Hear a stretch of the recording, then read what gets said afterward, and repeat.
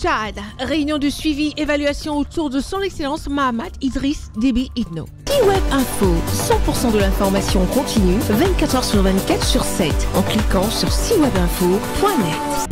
Le président de la République du Tchad, chef de l'État, son excellence Mahamat Idriss Déby Itno, a présidé au palais Toumaï une réunion de suivi et évaluation consacrée à la construction des infrastructures et de désenclavement du pays. La réunion s'inscrit dans le cadre du suivi par le président de la République du Tchad, son excellence Mahamat Idriss Déby Itno, de la mise en œuvre de son programme politique, notamment l'état des lieux des projets de construction d'infrastructures de développement, 8e chantier de ce programme politique. Elle a regroupé le ministre des Infrastructures et du Désenclavement, M. Aziz Mohamed Saleh, la secrétaire d'État en charge de l'entretien routier, Mme Awa Amadaï Abdelkerim Bakit, les techniciens de leur département, ainsi que les proches collaborateurs du chef de l'État. Dans son programme politique décliné en 12 chantiers et sans action, le chef de l'État du Tchad, son excellence Mahamat Idriss Déby Itno, s'est engagé à transformer le Tchad en un vaste chantier routier avec la construction de 7000 km de routes pour le désenclavement. Ce mercredi 11 décembre 2024, le président de la République a convoqué les responsables du ministère des Infrastructures et du Désenclavement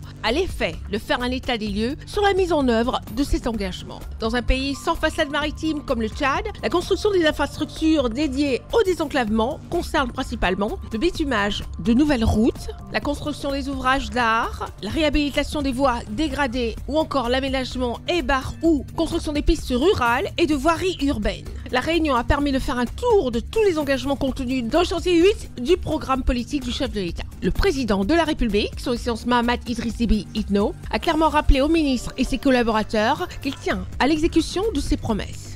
Nous avons pris des engagements certes ambitieux, mais chiffrables.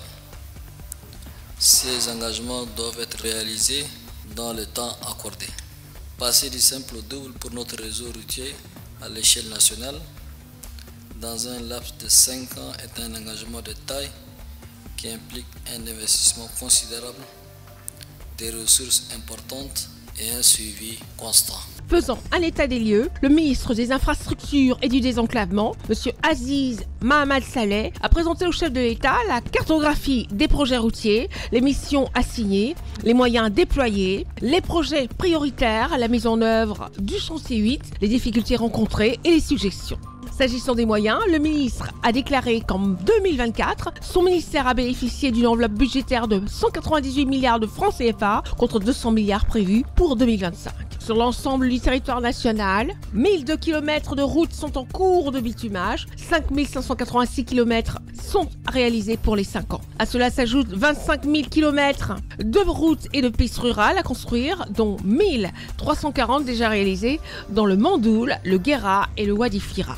S'agissant des voiries urbaines, 153 km sont déjà en construction à Djamena et 103 km dans le Tchad profond, notamment à Amdjaras, Faya, Koumra, Doba, Sar, Bongor, Moussoro et Mongo. Le ministre des Infrastructures a également annoncé le démarrage dès la semaine prochaine des travaux de construction du tronçon Kelopala-Léré, la réhabilitation de la route Jarmaya-Dandi en 2025.